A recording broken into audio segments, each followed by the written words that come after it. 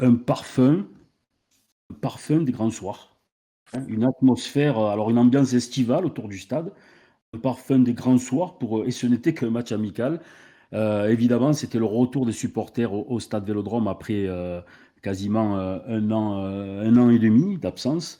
Alors il y avait cette ambiance, cette atmosphère bien bien particulière qui accompagne les grands matchs, les matchs de gala. Et en plus, bah, sur le terrain, le 11 de Jorge Sampaoli nous a régalé. Qu'est-ce qu'on peut en dire? Tout d'abord, revenons sur ce stade Vélodrome qui a rugi de nouveau. Est-ce que ça fait plaisir, hein, les gars? Non. Ça fait plaisir. Alors, j'ai envie de te poser la question parce que tu as eu la chance d'assister au match. À la télé, on a vu que c'était une ambiance de folie, avec un stade, on aurait dit, bah, je vous dis à la télé, on a l'impression qu'il y avait le double de personnes, qu'il y avait 60 000. Comment tu pourrais nous décrire, toi, l'ambiance que tu as vue avant, pendant le match? Intéressant parce que bon, il y a pas eu beaucoup de c'était un peu il fallait être privilégié pour assister au match. Quel est ton sentiment, toi, qui y étais, qu'est-ce que tu as Écoute, ressenti? Peut-être beaucoup de libération, hein, les gens avaient envie. Quel est ton ressenti sur la soirée? franchement, moi j'ai passé la journée en ville, j'étais avec mon minot. Après, on s'est tranquillement dirigé vers le stade à pied parce que on avait envie justement de faire ce petit pèlerinage à pied, de traverser, de partir de Castellane et d'aller jusqu'au stade tranquillement en humant les odeurs de merguez, de Merguez. pizza.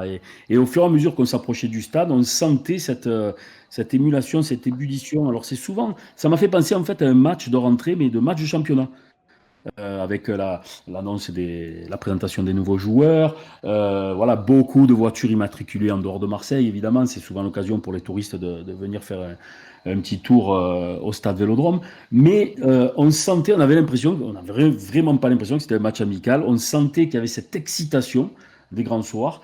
Et on s'est régalé, enfin personnellement, je me suis autant régalé avant et autour du stade qu'à l'intérieur et pendant ces 90 minutes de folie. Donc ça fait vraiment du bien. Moi j'ai mon gamin, mon minot, ça, il a été sevré, imaginez, il a 14 ans, il a été sevré de Vélodrome pendant 1 an et demi, il attendait ça avec impatience. Et voilà, l'événement, en fait, c'était le retour des supporters au stade. On a vu des scènes de joie après le match dignes de grandes victoires, des gens qui klaxonnaient debout sur les capots de voitures, presque des petites scènes de liesse. C'était assez impressionnant et je pense que les Espagnols et le staff de Villarreal ont été aussi Oui. également, à mon avis, surpris parce que dans les tribunes, ça a chanté tout le long et voilà, ça n'avait rien d'un match amical. Mais même à la télé, Gilles, on voyait que déjà l'ambiance au niveau du stade était impressionnante. Et on avait un vélodrome qui était en mode Europa League, en mode Champions League à la limite. Et franchement, c'était impressionnant à voir du côté du téléspectateur. Et c'était impressionnant à voir. Mais même l'ambiance qu'il y a eu, les hautes armes lancées dans les virages, mais aussi en tribune gagnée, c'était impressionnant à voir. Après, je sais pas comment c'était au niveau du stade, mais si tu pouvais un peu le décrire, un peu le sentiment Bah, qu'il y a eu dans les tribunes. à l'intérieur, ça a été à la hauteur de ce qui s'est passé autour. Moi, je te dis, on est arrivé quasiment 1 heure et demie avant le début de la rencontre. On est allé boire des coups avec des collègues dans un bar. Donc, c'était ensuite cette joie et cette chaleur et cette ferveur, elle s'est naturellement transportée à l'intérieur de l'enceinte du boulevard Michelet. Et puis, dans la foulée, dès le coup d'envoi, on a senti une équipe qui avait envie de lancer un peu cette saison. C'est-à-dire qu'on avait l'impression de ce tour de chauffe-là Mhm. qui allait donner le là de la saison et on avait vraiment le sentiment que les joueurs voulaient bien faire et voulaient démarrer pied au plancher pour montrer, pour dire voilà, cette saison, on va vous proposer autre chose. Ça va être notre menu que les plats indigestes que vous avez dû vous coltiner la saison dernière. Donc vraiment, ça fait plaisir. Et évidemment, le public, eh ben, il a suivi, quoi. Quand il a vu que les joueurs rendaient Ah cette, ouais. cette envie, cette ambiance et ces encouragements que leur a apporté ce public il a vu que les joueurs leur ont rendu, ben, il y a eu une interaction entre les deux, et puis voilà, la magie du Vélodrome a fait le reste. Le public, évidemment, il a toujours une attente extraordinaire. Donc, si dès les premières minutes, il sent que son équipe elle est au diapason, ça y est, l'osmose, elle se crée, la mayonnaise, elle prend, et ensuite, c'est fini. Le Vélodrome, il est inarrêtable, et en général, les joueurs se sentent pousser des ailes. Et bien, cette alchimie, elle a pris d'entrée de jeu. Donc, du coup, il n'y a pas eu ces 10 minutes qu'il peut y avoir parfois d'enthousiasme, d'espoir qui s'éteignent au fil des secondes quand l'équipe, elle, ne se met pas justement au niveau. Donc il n'y a pas eu cette bougie qui s'est éteinte petit à petit. La flamme, elle n'a fait que croître, que croître, que croître. Et le match a été superbe, notamment les 20 premières minutes. Il y a eu un petit passage à vide, mais le public a continué à donner de la voix. Et les joueurs ne s'y sont pas trompés. Ils ont un peu subi en milieu de première mi-temps. Mais après, la deuxième mi-temps, elle a été également extraordinaire. Et puis, bon, on a vu des séquences de jeu. Bon, on va rentrer un peu maintenant dans la Oui. partie terrain. Mais personnellement, j'ai vu des séquences de jeu que je n'avais plus vues depuis très, très, très longtemps. Très, très longtemps. J'ai vu des gens debout sur les sièges, se lever, vibrer, et puis, et voilà, la vie, quoi. La vie qui reprend enfin, et surtout de quelle manière? Parce qu'on aurait pu assister à un match amical de mauvaise facture d'avant-saison, une 0-0, quelque chose Mm. on va dire d'avant-saison, comme parfois on peut en subir, hein, c'est normal. Eh bien là, pas du tout. Et du coup, ben, franchement, tout le monde est parti ravi. Les gens se terminaient debout. J'ai vu des enfants, des vieillards, des touristes. La banane, tout le monde est reparti avec la banane et ça fait plaisir. Après, Ah je bah ne vais ouais. pas en tirer des enseignements, hein, encore une fois. J'ai vu Robinho, il a commencé à mettre des tweets. Bon, j'ai le privilège de l'âge et un peu d'expérience. On ne va pas s'enflammer, mais honnêtement, ce qui est pris n'est plus à prendre. Pour le retour au Mm. Vélodrome, pour moi, ça restera une soirée à marquer d'une pierre blanche. On s'en souviendra de ce match. Je pense que cette saison, on va vivre d'énormes émotions avec ce coach-là. Moi qui était un peu sur la retenue la saison dernière, ce qu'il proposait sur les quatre derniers mois à la tête de l'OM, bah, cette saison, bah, j'ai l'impression qu'on va se régaler avec ce coach à la tête de l'OM. Il y a Bruno? et peut-être pour poser une question à Robinho, sur le plan tactique, sur le plan du jeu, à la télé, ce qui a fait plaisir à voir et ce qui était, un spectacle complètement différent à ce qu'on a dû subir les dernières saisons, surtout l'année dernière, voire encore, petit tacle au bleu cet été avec les Bleus, c'est que cette volonté de jouer vers l'avant, d'arrêter ces places latérales lénifiantes, ce jeu à l'arrière toujours. Là, on a vu des joueurs qui cherchaient toujours à tout de suite ou le plus rapidement possible trouver cette force offensive, ces attaquants, casser la ligne du milieu. Robinho, est-ce que toi aussi tu as vu ça, cette volonté d'arrêter ce jeu lent, ce jeu soi-disant de possession qui ne sert pas à grand-chose, souvent avec cette latéralité qui emmerde tout le monde et qui est pas le football qu'on aime à Marseille. Est-ce que ça, tu l'as vu aussi, toi, peut-être Oui, Momo oui, oui, après, est-ce que ça change? Alors, on va pas s'enflammer, mais bien on peut sûr. se dire que quand même, c'est quelque chose d'intéressant. Bon, Bruno, tu as tout à fait raison. Déjà, je voulais revenir un petit peu sur tout ce que tu avais dit par rapport à l'ambiance. Je suis super content que les supporters qu'on puisse revenir au stade. Ça, c'est génial. Maintenant, voilà, je vais dire quelque chose qui est super important pour moi, c'est que cette année, c'est l'année de Longoria et de Sampaoli. Car Longoria a compris une chose importante à l'Olympique de Marseille, c'est qu'on prime sur l'émotion avant les résultats. Il faut savoir que beaucoup de supporters de l'OM comme moi, on préférera l'année où Bielsa était là, où on a fini quatrième, plutôt que l'année où Deschamps a gagné le titre. Je vous dis la vérité, au niveau du jeu, c'est impressionnant. Donc maintenant, ce qui va se passer, c'est que Longoria et Sampaoli sont liés, car Sampaoli a demandé beaucoup de recrues.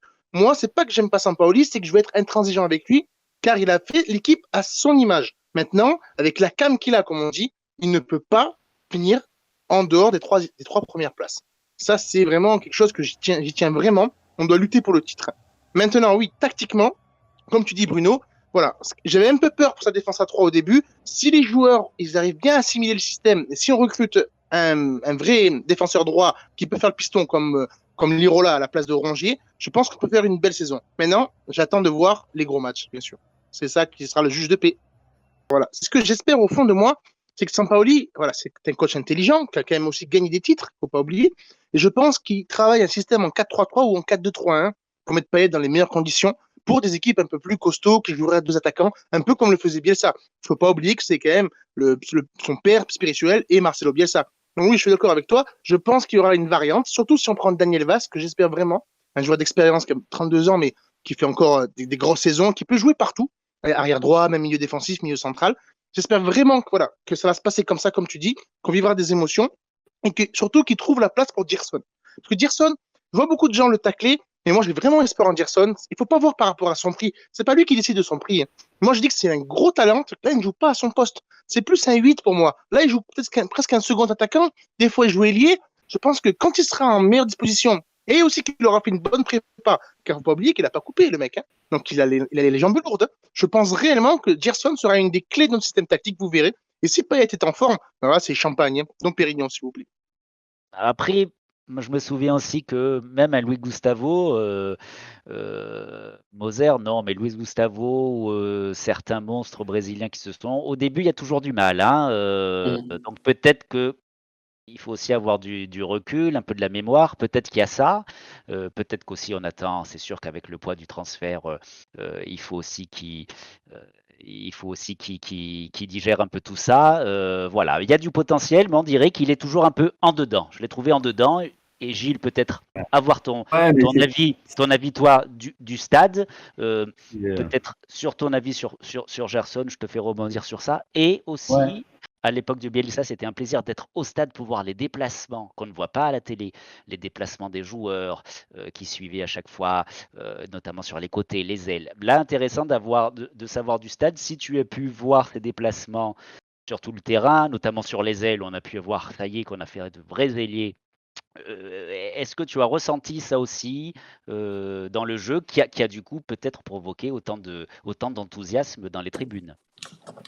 Alors, ce qui est intéressant, c'est que samedi, on a joué sans avant-centre, ça ne vous a pas échappé, sans véritable avant-centre. Et ce qui était intéressant, c'était de voir comment cette bouche d'aspiration dans l'axe, elle aimantait à tour de rôle, parfois Guendouzi, parfois Payet et parfois même Gerson. Alors, c'est vrai que moi, j'ai eu le sentiment, j'ai eu un mal fou d'ailleurs à expliquer la tactique à mon minot, parce que c'est vrai que c'était assez baroque, voilà. Mais je présume que ça ne va pas être comme ça tout le temps. Et je pense qu'il y a quand même un message qui a été envoyé à Benedetto, parce que ne pas faire débuter Benedetto alors que Milik n'est pas là et ne pas mettre d'avant-centre, c'est quand même un message clair. Donc oui, les déplacements de Guendouzi étaient assez cohérents. Il s'est senti comme un poisson dans l'eau. Et c'est vrai qu'il avait un rôle assez polyvalent et il était un peu partout. Ça faisait même un peu chien fou. Alors, en plus, la chevelure, elle accentue un peu ce sentiment-là. Mais par contre, à contrario, Gerson, pour exactement étayer tes propos, on sent qu'il a un potentiel, notamment dans la couverture de balles. Et le nombre de fautes qu'il a subies, d'ailleurs, en témoigne. C'est quelqu'un qui va nous ramener sans doute énormément de coups francs en cours de saison. Ouais. Mais par contre, son positionnement, on avait le sentiment qu'il errait un peu comme une âme en peine et qu'il ne comprenait pas très bien ce qu'on attendait de lui. Bon, il n'y a pas de quoi s'alerter. Pour moi, c'était voilà, c'est encore une fois, c'est un match de préparation. C'est pas, je pense pas que Sampaoli va jouer sans attaquant de pointe en cours de saison. Je pense qu'il est assez intelligent pour savoir que Gerson n'était pas vraiment à sa place. On est encore dans l'expérimental, voilà. Mais effectivement, les déplacements étaient très intéressants pour observer parfois donc des deux aspects, un Guendouzi qui s'est senti à l'aise et un Gerson qui lui par contre tâtonnait. Et là où je me suis régalé également sur l'aspect tactique et les déplacements, c'est avec Luan Pérez et Saliba et le trio, Balerdi. J'ai trouvé une complémentarité, une assurance, une solidité, une confiance, comme s'ils avaient joué ensemble depuis des lustres. Et je mettrai un bémol, pardon, pas un bémol, un accessible particulier, pas un bémol, au contraire, à Luan Pérez qui vraiment, vraiment m'a fait très, très, très bonne impression. En plus, moi, je ne sais pas si vous avez remarqué, mais Gerson, il me fait penser à un joueur de futsal. Il contrôle toujours avec la semelle. Toujours. Et à chaque fois, il prend un peu de temps pour se retourner, une belle protection de balle. Mais ce qui est intéressant aussi, c'est que cette année, Longoria fait quand même bien les choses, car il a pris plusieurs lusophones quand même dans l'équipe. C'est super important pour l'adaptation. Vous avez Luis Enrique, Luan Pérez et Gerson déjà qui parlent portugais. C'est super bien pour son adaptation. Je pense que oui, il ne faut pas lui tomber dessus à Gerson. Il faut le laisser un peu de temps. Parce que là, en fait, le problème, c'est que les gens, dès qu'ils voient les 25 millions, ils disent, oh voilà, Gerson 25 millions, Conrad 4 millions, oh, c'est pas normal. Non, mais c'est son prix. La valeur du marché, c'est l'offre et la demande. Hein. C'est pas de sa faute. Hein. Moi, je dis qu'il ferait une belle saison quand il sera replacé en 8-10, un peu en 8. Comme il dit Momo, il fait des avant-dernières passes. Il a une qualité technique exceptionnelle, ce jeune homme. Ça se voit qu'il a du ballon. Moi, j'aimerais faire remarquer quelque chose quand même. Ça faisait longtemps qu'on n'avait pas eu une équipe avec de la technique. Vous vous rendez compte d'où on vient? On vient des marathoniens de Samson. Maintenant, on a des joueurs techniques, quoi. Non, mais c'est vrai, des enders qui ont du ballon. Ça fait plaisir de voir des joueurs qui jouent au foot, quoi. Simplement, on joue au football. Là, on n'est plus avec, désolé, avec AVB, on balance loin devant, mais Germain ailier droit, et puis au petit bonheur la chance, quoi. Hein. Si on marque, tant mieux. Si on marque pas, tant pis. Non, non, cette année, vous allez voir, je le dis, je le répète, on finit dans les 3 premières places. Regardez, vous allez voir. Et Payet, je vous dis, hein, c'est 15 passes décisives cette année. L'année où il a fait Bielsa, il en a fait 16. Calme-toi. Va boire une tisane. Tu reviens dans 5 minutes. On va passer un peu à la partie mercato parce que c'est bien beau, ok, on a fait tous à peu près le même constat, très bon match, pétillant, de la force, de l'envie, etc. Mais encore une fois, on va essayer de tempérer le cheval fou Robinho. Calmons-nous un petit peu. Et que l'avant-saison, la saison est longue. Payet, c'est très bien, c'est l'été, il est en pleine bourre. C'est le mois de. Il est fit. Vous savez, on sait très bien que Payet, sur une saison, il est souvent en courant alternatif. Est-ce que vous ne pensez pas qu'il manque encore, justement, Longoria l'a dit, il faut doubler les postes. Alors c'est évident, il manque encore de la profondeur à cet effectif. Quel serait, d'après vous, bon, évidemment, le côté droit, mais encore, Momo, qu'est-ce que. D'après Longoria, dans l'interview qu'il a donnée sur Canal, il parle quand même de 2 joueurs par ligne. Donc, d'ici la fin du mercato, je pense qu'il va y avoir au moins 4 à 5 joueurs qui vont arriver d'ici la fin août. Et c'est vrai qu'il y a des postes comme le poste d'arrière droit, et on est sur 2 joueurs qui est Daniel Vaz et Lirola. Au milieu de terrain, en cas de départ de Camara, la piste Pulgar est toujours présente. En cas de départ de Radonjic, il y a le nom de Christian Pavone qui revient énormément. Et en cas de départ de Benedetto, l'OM est sur l'attaquant de Cagliari, Giovanni Simeone. Et l'info on devait la sortir ce soir, et comme le plus grand monsieur qui gère le mercato au niveau d'Italie, Di Marzio, en cas de départ de Caleta-Car, l'OM a un accord contractuel avec Maximovic, qui est un joueur de Naples qui est libre depuis le 30 juin. L'OM a un accord salarial, un accord contractuel avec le joueur. Donc en cas de départ de Caleta-Car, Maximovic sera le remplaçant de Caleta-Car. Pour le dossier Almada, il faut savoir que l'OM travaille sur le dossier depuis fin janvier 2021, avant l'arrivée de Sampaoli à l'OM. Donc Longoria était sur le dossier. Il y a eu un accord avec l'entourage du joueur et notamment son agent qui pousse énormément pour sa venue à l'OM. L'OM fait traîner énormément le dossier parce que entre-temps, il y a eu le dossier Gerson qui a fait fuiter par rapport au prix. Vélez s'est découvert une certaine volonté de demander énormément d'argent sur le dossier Almada. Donc l'OM a temporisé. Vélez, de son côté, espérait que le joueur allait casser la baraque au JO, chose qui est pas du tout le cas, en plus il ne joue même pas avec l'équipe d'Argentine. Je crois le dernier match il est rentré 5 minutes. Et les discussions entre Vélez et l'OM se sont éternisées, et entre-temps tu as Atlanta qui a enclenché le dossier avant même que Gabi Heinze se fasse virer. Atlanta a trouvé un accord avec Vélez, je crois aux alentours de 13 millions d'euros, et de leur côté Atlanta négocie avec l'entourage du joueur. Pour l'instant il n'y a pas d'accord. Ça, c'est une véritable info. C'est pas tombé à l'eau complètement pour l'OM. Non, c'est pas de dupe. D'accord. Alors, j'ai une petite info. Excuse-moi, Momo, avant de te laisser poursuivre. Une petite info complémentaire d'un de nos modos Fanboys MTP, très intéressante pour le feuilleton Almada. Sachez une chose, le mercato de la MLS se termine le 5 août à minuit.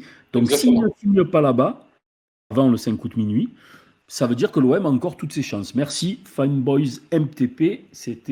Merci beaucoup. C'est tombé bien à propos, cette info. très bien informé Rudy Galetti nous l'avait dit le lundi déjà que son information était béton sur Almada à Atlanta, qu'il y avait accord avec le club. Et là, ils sont prêts à mettre, et même, je peux te dire que selon ces informations et d'autres journalistes, ils seraient prêts à les donner 3 millions de dollars de prime à la signature. Et ils paieraient les 13 millions cash. Donc voilà, c'est ça aussi que Vélez est content et que le joueur serait content aussi pour sa famille. Après, je le comprends aussi d'un côté. Hein. Il veut l'OM, mais bon, s'il peut mettre sa famille à l'abri, ben, il partira où il voudra. Hein. Je trouve que Almeida, peut-être on en fait un peu trop. Moi, le premier, moi j'ai vu sur des vidéos, ça a l'air pas mal, vraiment. Hein. Mais qu'est-ce que ça va donner en Europe? Il a l'air un peu frais, alors je veux pas critiquer parce qu'il va partir ailleurs. Mais peut-être que c'est un mal pour un bien au final. On le saura peut-être jamais, mais je sais pas s'il a les épaules pour venir s'imposer en Europe. Peut-être que oui, peut-être que non. Mais en tout cas, si on rate le coche, eh ben, il faudra se remettre sur quelqu'un d'autre. Moi, j'aurais bien pris le petit Adli. Je l'ai vu jouer 2-3 fois avec Toulouse. C'est très très bon. C'est un méchant niveau. Et je trouve qu'il aurait pu progresser vachement à l'OM. Mais bon, après, pour l'instant, il n'y a pas encore le feu. On ne sait pas ce qui va se passer. Il va y avoir encore des surprises, je pense. Et voilà, écoute, après, franchement, le point positif de cette semaine, c'est vraiment le retour au Stade Vélodrome. C'était génial, quoi. On s'est tous régalés.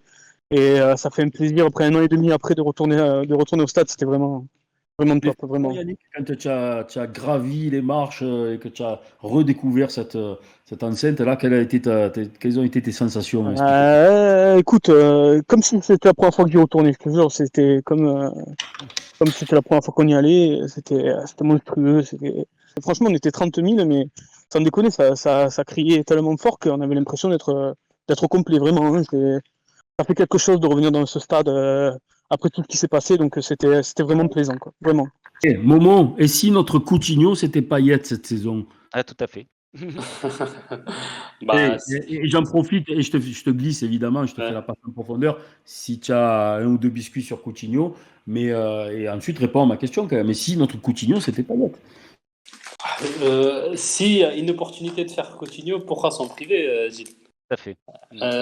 Ça reste quand même un joueur de top mondial, en plus brésilien, qui est connu mondialement, donc ça serait une opportunité incroyable de faire Coutinho. Après, le dossier Coutinho, c'est un dossier ultra compliqué. Je sais pas comment on pourra essayer de faire le joueur, mais en tout cas, il y a eu des contacts, il y a des contacts. Après, pour l'instant, c'est un dossier ultra compliqué. C'est ultra compliqué, c'est en termes de salaire, en termes de faisabilité avec le Barça. Il y a beaucoup de paramètres à trouver pour trouver un accord avec le joueur et avec le Barça.